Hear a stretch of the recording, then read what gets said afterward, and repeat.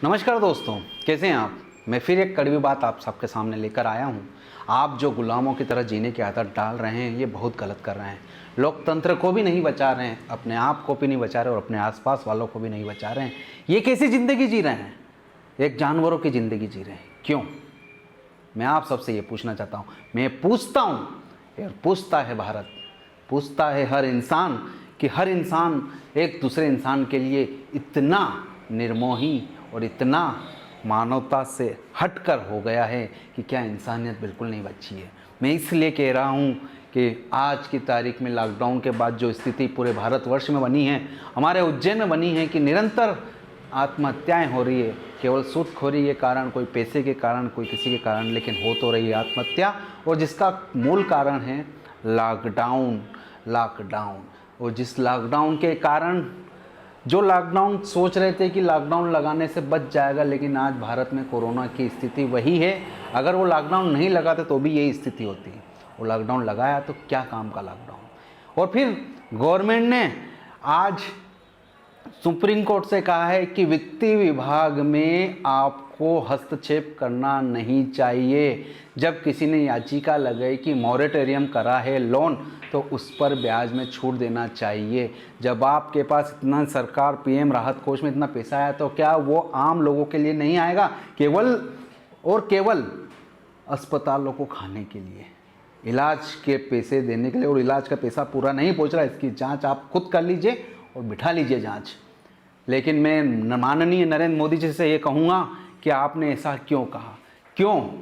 आप अगर किसी की मदद करना चाह रहे हैं तो उसके लॉकडाउन के बाद उसकी स्थिति जो खराब हुई है, उस स्थिति का बॉस जो रोज़ कमाते हैं, रोज़ खाते हैं, उनके लिए वो 3 महीने कैसे गुजरे हैं ये तो आप जानते नहीं। कुछ लोगों ने तो कुछ दिन 1 महीना खाना दिया, लेकिन बाकी 2 महीने किसी ने कुछ नहीं दिया। जिस तरह से खाना वाना चला है, लेकिन उसके बाद जो स्थिति पैदा हुई है, उसके लिए उनके पास सिर्फ आत्महत्या के अलावा कोई रास्ता नहीं बचा। लेकिन दोस्तों, आज हम और आप मिलकर एक दूसरे की मदद करके इंसानियत को बचा लीजिए और हमें एक दूसरे की मदद। उन सूदखोरों से, उन ब्याजखोरों से मैं निवेदन करना चाहूँ कि कुछ दिन, कुछ महीने छोड़ दीजिए उन इंसानों को। आपका पैसा कहीं नहीं जाने वाला है। ईमानदारी से जीने वाला हमेशा आत्महत्या करेगा। बेईमानी से तो बहुत बड़े बड़े लोग और करोड़पति लोग आराम से घूम रहे हैं और उनके खिलाफ रिपोर्ट है तो भी वो थानेदार के साथ रात को खाना खाते हैं, दारू पीते हैं और अपने घर चले जाते हैं, लेकिन उनकी गिरफ्तारी नहीं होती। मैं आप सबसे बस ये निवेदन करना चाहूँगा कि हमें एक दूसरे के लिए तैयार रहना पड़ेगा, एक दूसरे के लिए जागरूक रहना पड़ेगा, एक दूसरे के लिए खड़े रहना पड़ेगा, क्योंकि राजनेता और राजनीति केवल हमें खाएगी, चबाएगी और डकार भी नहीं लेगी।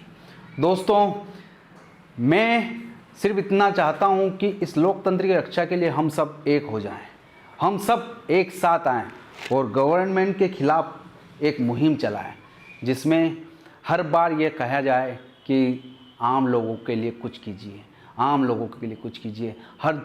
आप किसी भी वार्ड में जाए, पार्षद को कहें और पार्षद जाकर घर घर जाकर अगर स्थिति का जायज़ा लेना।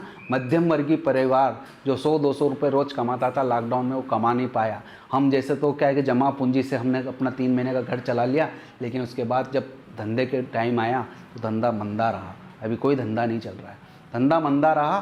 तो आप लोग इस बात का ध्यान रखिए कि इस बार जितनी भी खरीदारी करनी है लोकल से कीजिए, लोकल की वोकल बनिए।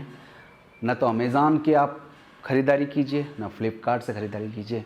हमें इंसानियत धर्म केवल 2020 में निभाकर हमें उन्हें कमाई देना है जो रोड पर बैठे हैं, जो हमारा इंतज़ार कर रहे हैं। लेकिन हम ऑनलाइन ख़रीदी करके हर छोटी बड़ी दुकान, कैसी भी दुकान हो, वहाँ जाइए, ख़रीदारी कीजिए। आपको जो चाहिए लोकल में ख़रीदिए, ऑनलाइन ख़रीदारी बिल्कुल ना कीजिए। इंटरनेशनल मार्केट को ना बढ़ाइए, न कि अपने मार्केट को बढ़ाइए, अपने शहर के मार्केट को बढ़ाइए, अपने गांव के मार्केट को बढ़ाइए और अपने बंदों को आगे बढ़ाइए, उन्हें ऊपर उठाइए।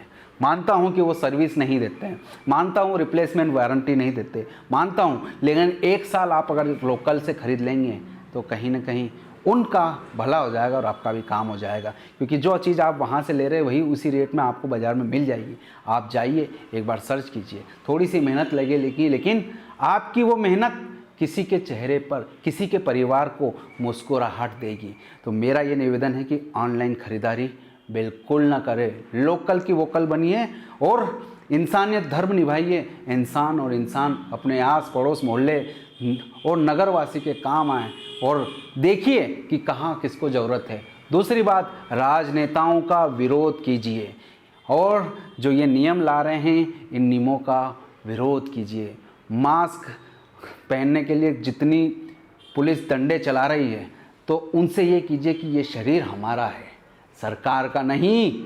ये शरीर हमारा है, सरकार का नहीं है। ये शरीर सिर्फ और सिर्फ मेरा है और इसकी जिम्मेदारी मुझ पर है, सरकार पर नहीं। आप वो कहेंगे कि महामारी फैलाने, तो सबसे पहले कहना कि महामारी तो आप लोग फैला रहे हैं। लॉकडाउन से कौन सी महामारी रुक गई जो अब रुक जाएगी। दोस्तों, जागरूक रहिए, जागते रहिए, एक दूसरे के काम आते रहिए, इंसानियत का धर्म निभाइए। धन्यवाद। जय हिंद।